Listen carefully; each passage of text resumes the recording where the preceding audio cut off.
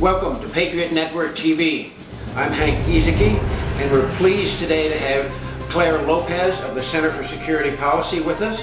She's the Vice President for Research and Analysis, and she's written a powerful article called A Rose-Colored Glasses Vision of a New Iran. And of course, this whole issue of Iran continues to be in the news as this supposed deal is being put together. We've heard this story over and over again.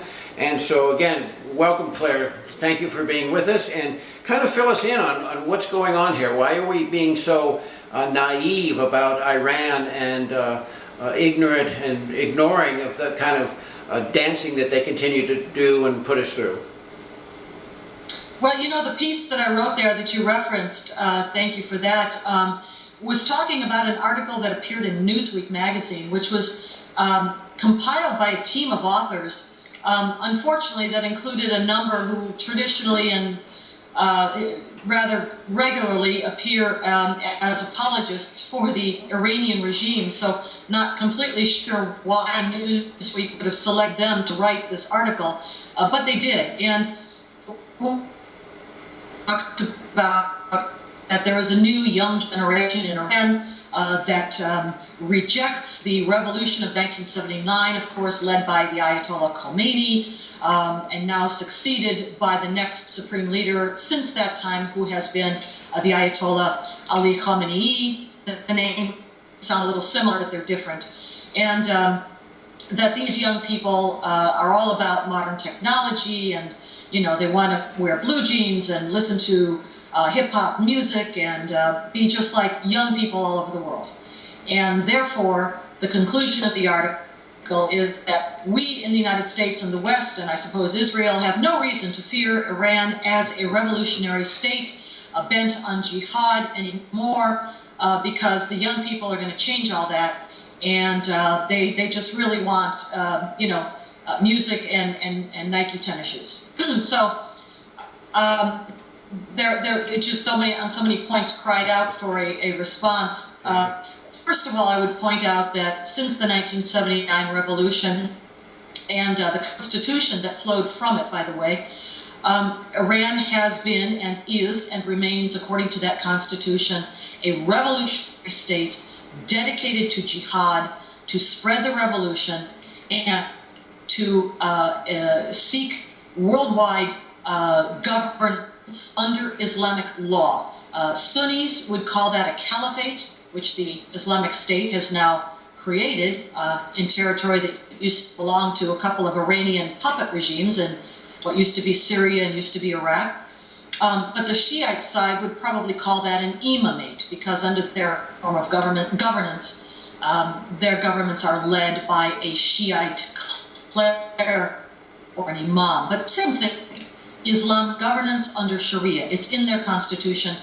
The other thing that I would point out, and that is that the Pew Research Institute, which is quite a credible organization, has done polling on all sorts of subjects all around the world, but they did a recent one within the past couple of years, in 2013, published about public opinion of the public inside of Iran. And you know, lest it be said that, oh, they'll never tell the truth to a pollster from the West. Well, they used local people, Iranian people, native speakers, in face-to-face interviews with nobody else present, and they did not keep the people surveyed. They did not keep their names or their, you know, specific information about address or telephone number or anything like that. So I think there's a reason to believe that the survey was credible. And unfortunately, the results of the survey are not encouraging. They ask questions like, do you support a government under Islamic law, under Sharia? Well over 70% were all for it. Now, let's understand, Sharia is implemented, is enforced in Iran. That is their legal system. It includes amputation or theft. It includes plucking out people's eyes who have done damage and destroyed the eyesight of someone else criminally. It includes flogging. It includes execution of gays hung from cranes in the middle of city plazas. This is the law in Iran, and over 70% of the people polled there found that to be just fine with them. There was another question about whether people thought that that Iran had a threat of, unfortunately, they used this word, but extremism. And again, the response was over 70% that they didn't think that was a problem at all in Iran. Now, I'm not quite sure what they meant by extremism. Of course, extreme under Islamic terms would be someone who did not follow Sharia, so I'm not quite sure how that was phrased. But in any case, the questions about Sharia were disturbing in the extent to which the population overwhelmingly accepted it as a system and wanted to be under it. Yes. The other thing to note, of course, is that Iran remains a government under a clerical regime that is kept in power by the guns of the Islamic Revolutionary Guard Corps, the IRGC, and its subordinate divisions and organizations like the Quds Force, as well as their intelligence service. So, cannot see that there's any great change in Iran, and certainly their behavior. Since 1979 has been a unmitigated war against the United States. The taking over of our embassy was the first act, an act of war to which we've never responded, holding our diplomats hostage for 444 days. An act of war which has never been responded to. The terrorist attack in 1983 on our Marine Corps barracks and our embassy in Beirut, Lebanon. Again, acts of war which they've never been held accountable for those either. Well, and it's almost like we don't even acknowledge that, because in your article you make a good point, is that their constitution talks about global jihad. And you would think that somebody from here who's trying to deal with, how do you deal with someone who wants to kill you? What's to negotiate? Well, obviously, you negotiate, you appease, and you offer them enticements. Yeah.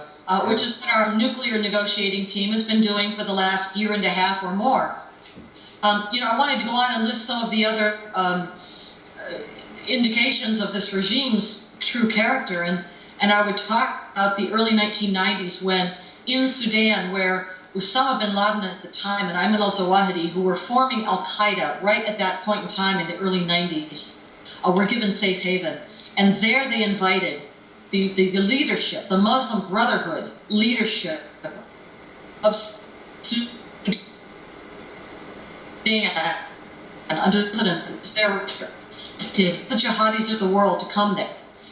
And the Iranian came, the president, the IRGC commander, the Quds Force commander, the intelligence commander, all of them came to that spot to meet with Osama bin Laden. Hezbollah sent a representative by the name of Imad Mughniya, which might ring a bell or two.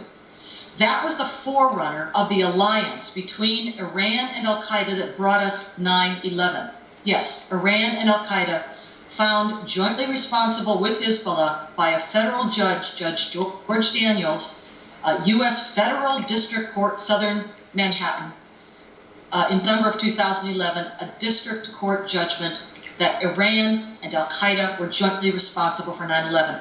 All of these acts of war, and yet we are still treating them as negotiating partners, talking about their nuclear weapons program, which is a whole nother subject altogether, yes. But as if a jihadist regime bent on the destruction of the Western world, as well as Israel, which is our front lines of the Western world. Exactly. Well, and like you say, we're at a very dangerous point here where this administration doesn't want to talk about what kind of a deal they're putting together here, and yet, as you correctly point out through all of this, is we're dealing basically with people who have a goal, and they don't care what we do. They'll say anything to get us to sign this thing.